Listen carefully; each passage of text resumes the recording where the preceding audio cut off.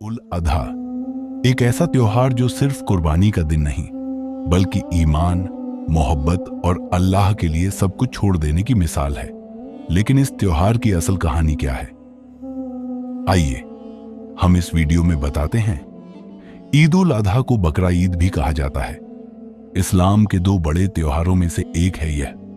कहानी शुरू होती है हजरत इब्राहीम अलैहिस्सलाम से, जो अल्लाह के सच्चे पैगंबर थे। उन्होंने सालों तक अल्लाह से औलाद के लिए दुआ की और फिर अल्लाह ने उन्हें हजरत इस्माइल अलैहिस्सलाम अता की। कहा जाता है अल्लाह अपने प्यारे पैगंबरों की भी परीक्षा लेता है। तो ये वही वक्त था जब कई हसरतों और दुआओं के बाद तकरीबन 80 साल की उम्र में उन्हें इस्माइल अलैहिस्सलाम जैसे बेटे से नवाजा गया। जरा सोचिए कितनी मोहब्बत रही होगी इस बेटे से। जब हजरत इस्माइल थोड़े बड़े हुए तो एक रात हजरत इब्राहीम अलैहिस्सलाम को एक ख्वाब आया। उस ख्वाब में अल्लाह ने फरमाया, ऐ इब्राहीम, जो चीज तुम्हें सबसे ज्यादा प्यारी है उसे मेरे रास्ते में कुर्बान कर दो। यह सपना 3 बार आया। हजरत इब्राहीम सोच में पड़ गए, क्या है जो मुझे सबसे ज्यादा अजीज है। फिर ख्याल आया उनका बेटा इस्माइल अलैहिस्सलाम। इब्राहीम जानते थे अल्लाह अपने रसूलों से कभी हल्की आजमाइश नहीं लेता और रसूल अपने रब के लिए सब कुछ कुर्बान कर सकते हैं। वो समझ गए ये अल्लाह का हुक्म है। फिर उन्होंने अपने बेटे से कहा, बेटा, मैंने ख्वाब में देखा है कि मैं तुम्हें कुर्बान कर रहा हूं। इस्माइल ने जवाब दिया, अब्बा जान, जो हुक्म मिला है उसे पूरा कीजिए। इंशाअल्लाह आप मुझे सब्र करने वालों में पाएंगे। फिर हजरत इब्राहीम अलैहिस्सलाम अपने बेटे को लेकर कुर्बानी की जगह की ओर रवाना हुए। धूप तेज थी, रेगिस्तान की हवा गर्म थी, मगर दोनों अल्लाह की राह पर थे।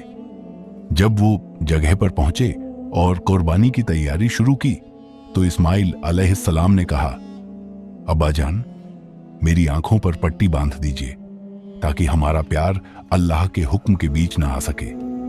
और जब छुरी चलाई तो देखा अल्लाह ने उनकी कुर्बानी कबूल कर ली थी। एक दुम्बा, मेंढा उनके सामने भेज दिया गया था।